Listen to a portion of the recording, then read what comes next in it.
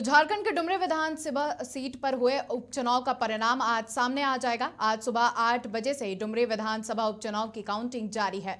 कुल 24 राउंड की मतगणना में 6 प्रत्याशियों के भाग्य का फैसला होगा और इनमें INDIA की प्रत्याशी सहमंत्री बेबी देवी, NDA की प्रत्याशी यशोदा देवी, AIMIM के अब्दुल मोबिन रिजवी, निर्दलीय प्रत्याशी कमल प्रसाद साहू, नारायण गिरी और रोशन लाल तूरी शामिल हैं।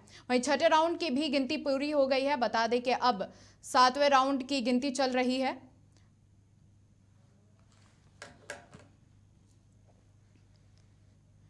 तो 7वें राउंड की गिनती पूरी हो गई है। बता दें कि 7वें राउंड में INDIA प्रत्याशी बेबी देवी को लगभग 24,000 वोट मिले हैं, जबकि NDA प्रत्याशी यशोदा देवी को 25,557 वोट मिले हैं। तो 7वें राउंड में NDA प्रत्याशी यशोदा देवी 1,551 वोट से आगे चल रही हैं। तो लगातार डुमरी उपचुनाव में दोनों महिला प्रत्याशियों के बीच में कांटे का टक्कर देखने को मिल रहा है, जहां पर फिलहाल NDA प्रत्याशी यशोदा देवी 1,551 वोट से आगे चल रही है। तो बता दें कि लगातार तीसरे राउंड से NDA प्रत्याशी यशोदा देवी आगे चल रही हैं।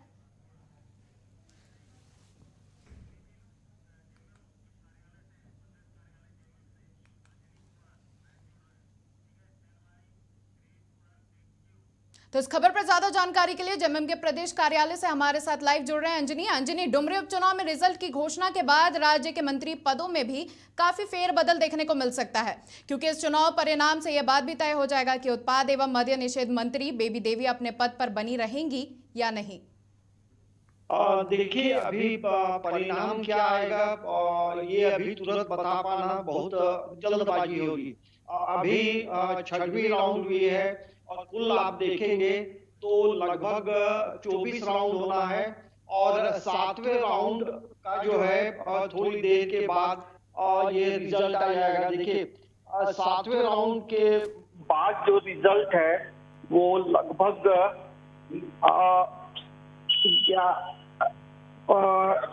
1135 1500 के करीब वोट से आगे है। ये 7वीं राउंड का जो अपडेट है वो मैं बता रहा हूं। तो अभी कई राउंड बाकी है और वोटर किसको पसंद किए हैं, ये जब तक फाइनल काउंटिंग जब तक नहीं होता है तब तक कौन जीतेगा कौन हारेगा ये कह पाना बड़ा मुश्किल है।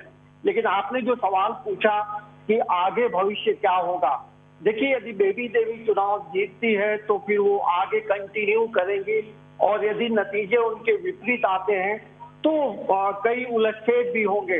लेकिन जिस तरह से वोटर जिस तरह से टर्नअप हुए हैं, आप यदि महिला वोटर की बात करें तो लगभग 1 लाख से ऊपर महिलाओं ने वोट दिया है और पुरुष मतदाता देखेंगे तो लगभग 88,000 के करीब लोगों ने वोट किया है। लेकिन इन तमाम चीज के बीच में 2 चीज बहुत महत्वपूर्ण है। एक है मुस्लिम वोटर का जो टर्नअप है और दूसरा महिलाओं ने जो वोट किया है, तो ये डिसाइडिंग फैक्टर हो सकता है। और आप देखेंगे तो NDA भी लगातार मेहनत की है और इंडिया घटक दल भी एक साथ मिलकर चुनावी प्रचार में उतरे। मुख्यमंत्री हेमंत सोरेन ने भी चुनाव प्रचार किया और जिस तरह से लगातार तमाम दोनों दलों ने मेहनत किया, तो अब देखना ये होगा कि वोटरों के मन मिजाज में क्या है। लेकिन भारतीय राजनीति में अमूमन हम लोगों ने देखा है कि जो सहानुभूति का जो वोट होता है वो कहीं ना कहीं प्रत्याशी के लिए रामबाण साबित होता है। तो अब अभी हमें और इंतजार करना होगा। लेकिन डुमरी का जो चुनाव का जो परिणाम होगा वो कहीं ना कहीं NDA की बात करें या इंडिया घटक दल की बात करें, उनके लिए एक भविष्य तय करेगा। क्योंकि आप देखेंगे जिस तरह से तमाम इंडिया घटक दल एक हुए हैं, वो कांग्रेस हो, JMM हो, आपको RJD हो, लेफ्ट पार्टी हो, ये तमाम एक मंच पे नजर आए थे। और दूसरी तरफ आप देखेंगे अभी इधर से भारतीय जनता पार्टी के तमाम पूर्व मुख्यमंत्री चुनावी प्रचार में थे और सांसद चुनावी प्रचार में थे। तो कहीं ना कहीं कांटे का संघर्ष है, ये तो जरूर कहा जा सकता है। क्योंकि अब तक के जो परिणाम हम लोग जो देख रहे हैं, जो रिजल्ट आ रहे हैं, कभी बेबी देवी आगे होती है तो कभी यशोदा देवी आगे होती है। तो आगे पीछे का खेल अभी चल रहा है और कौन बाजी मारेगा ये अभी जैसे जैसे काउंटिंग आगे बढ़ेगी तो हमें जो रुझान है कि कौन यदि मार्जिन ज्यादा बढ़ता है तो वही प्रत्याशी धीरे धीरे करके आगे बढ़ेगा।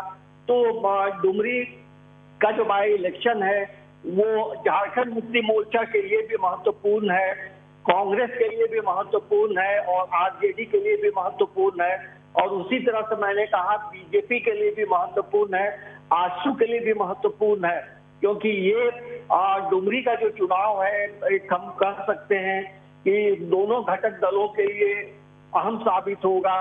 कौन प्रत्याशी जी जीतेगा बिल्कुल अभी अंजनी, थोड़ा अगर बात इंतजार करें करना आगामी होगा। चुनाव को लेकिन लेकर जिस के, तरह तो से जो आप डुमरी उपचुनाव का जो फैसला होगा वो आगामी चुनाव पर भी काफी अपना जो है प्रभाव डालेगा। तो ऐसे में आप जेएमएम कार्यालय से लगातार वहां का जायजा ले रहे हैं, क्या वहां का माहौल है, क्या कार्यकर्ता सुबह से जुटे हुए या फिर सन्नाटा छाया हुआ है? देखिए अभी हम लोग जेएमएम के दफ्तर में हैं और बीजेपी के दफ्तर भी हम लोग गए थे और कांग्रेस के भी दफ्तर हम लोग गए थे। तो अभी देखिए जब तक स्पष्ट रुझान नहीं आएगा तब तक तमाम जो दफ्तर है वहाँ लोग मौजूद नहीं हैं। हम यदि झारखंड मुक्ति मोर्चा की दफ्तर की बात करें तो यहाँ भी अभी गतिविधि बहुत नहीं है, तो सभी लोग वेट एंड वॉच में हैं और जैसे मार्जिन धीरे धीरे करके आगे बढ़ता जाएगा तो तमाम पॉलिटिकल पार्टी के दफ्तरों में जो है गतिविधियां दिखाई देंगी।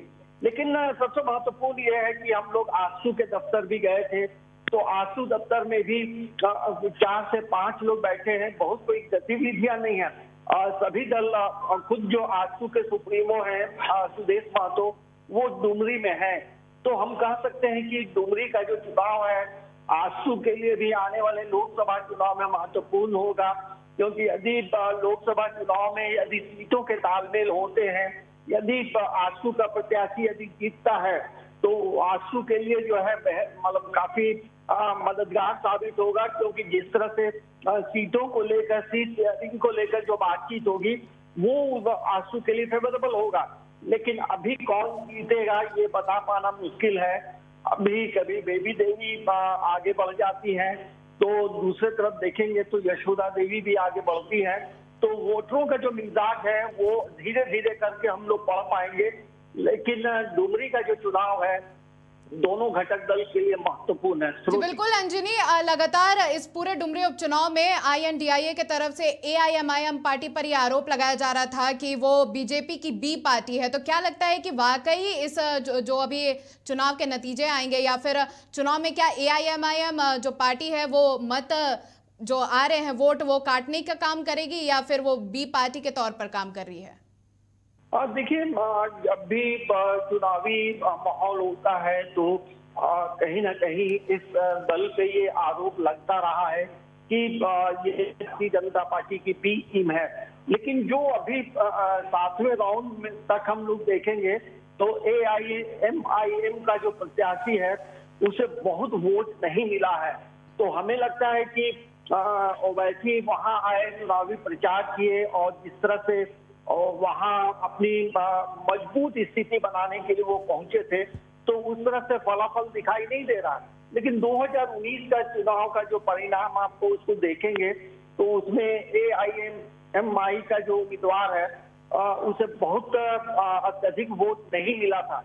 तो हमें लगता है कि जिस तरह से वहां की जो जनता है और उसके मन मिजाज में क्या है, किस तरफ टर्नअप हुआ है, तो ये धीरे धीरे करके जैसे जैसे अलग अलग इलाकों के जो ईवीएम है वो काउंटिंग होगी तो वो पता चलेगा। लेकिन स्पष्ट तौर से ये जरूर कहा जा सकता है कि डुमरी का बिल्कुल अंजनी, लगातार इस खबर पर आप नजरें बनाए रखिए, आपसे लगातार अपडेट लेते रहेंगे। बाकी तमाम जानकारी देने के लिए आपका बहुत बहुत धन्यवाद।